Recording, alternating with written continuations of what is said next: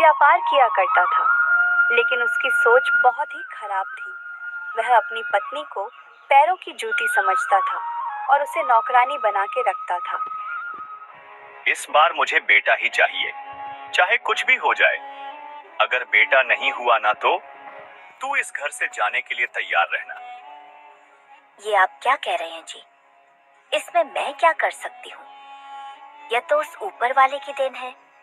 बेटा होगा या बेटी ये किसको पता होता है। ऊपर वाले की मर्जी के बिना कुछ नहीं होता। देख, मुझे तेरी यह फालतू की बकवास नहीं सुननी, समझ गई? मुझे बेटा चाहिए तो चाहिए। अगर तूने मुझे इस बार बेटा नहीं दिया तो उसका अंजाम तुम अच्छे से जानती हो।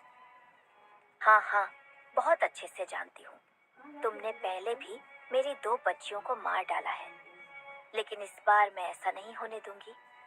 अगर इस बार फिर से लड़की भी पैदा हो गई तो मैं उसे कुछ नहीं होने दूंगी। तुझसे मैंने बोला ना, मुझे इस बार लड़की नहीं चाहिए। नफरत है मुझे लड़की से, नफरत, समझी? इस बार मुझे सिर्फ लड़का चाहिए। ऐसा कहकर धनीराम वहां से चला जाता है। कुछ समय बीतता है और जानकी को एक बार फिर बच्चा होने वाला होता है, लेकिन जानकी बहुत घबराई हुई खुद से कहती है, हे भगवान, अगर इस बार फिर मुझे बेटी पैदा हुई तो वो राक्षस तो उसे भी मार देगा। नहीं, मैं उसे इस बार ऐसा नहीं करने दूंगी। मुझे कुछ तो करना होगा, पर मैं क्या करूं? शाम होती है और धनीराम अपने घर आता है। आज तो सारा दिन बर्बाद हो गया मेरा, कुछ हाथ नहीं लगा। क्या हुआ जी? आप इतने परेशान क्यों लग रहे हैं? सब ठीक तो है ना? कुछ नहीं, मैं कल शहर जाऊंगा कुछ दिनों के लिए। आजकल गांव में कोई काम ही नहीं रह गया है, तो सुबह सुबह जल्दी नाश्ता तैयार कर देना, समझी? ठीक है जी, मैं कर दूंगी जल्दी उठकर। अगले दिन सुबह धनीराम नाश्ता करके शहर की ओर निकल जाता है और कुछ दिनों तक वहीं काम करता है। इसी बीच जानकी को फिर से एक बेटी पैदा होती है। हाय, हे भगवान, इस बार फिर से बेटी। अगर इनको पता चल गया तो यह तो मेरी और इसकी जान ही ले लेंगे। क्या करूं? मुझे अपनी बच्ची की जान बचानी होगी। बहुत दिन हो गए इन्हें शहर गए हुए, कभी भी आ सकते हैं। बहुत सोच विचार करने के बाद जानकी उस बच्ची को एक जंगल में ले जाती है, जहां उसे एक गुफा दिखाई देती है। हाँ, ये जगह बिल्कुल सही है। मैं अपनी बच्ची को इस गुफा में छुपा देती हूँ। यहाँ जल्दी कोई जंगली जानवर भी नहीं आएंगे।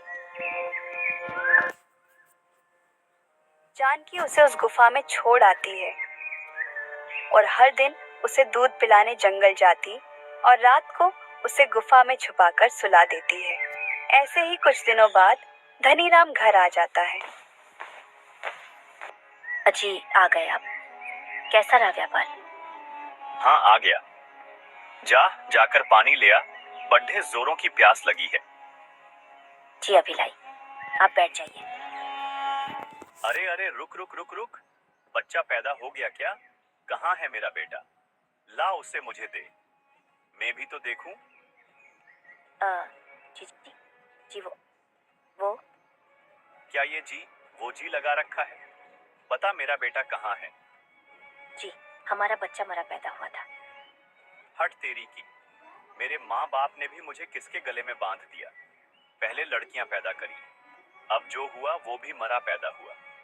अरे जा, निकल जा मेरी नजरों से। जानकी रोती हुई वहां से चली जाती है। अगली सुबह जानकी को अपनी बच्ची की चिंता होने लगती है। अब मैं इनके सामने से अपनी बच्ची से मिलने कैसे जाऊं? मुझे कोई बहाना बनाना पड़ेगा। सुनिए जी, घर में लकड़ियां खत्म हो गई हैं। खाना बनाने के लिए बिल्कुल भी लकड़ी नहीं है। मैं जंगल से कुछ लकड़ी लेकर आती हूँ।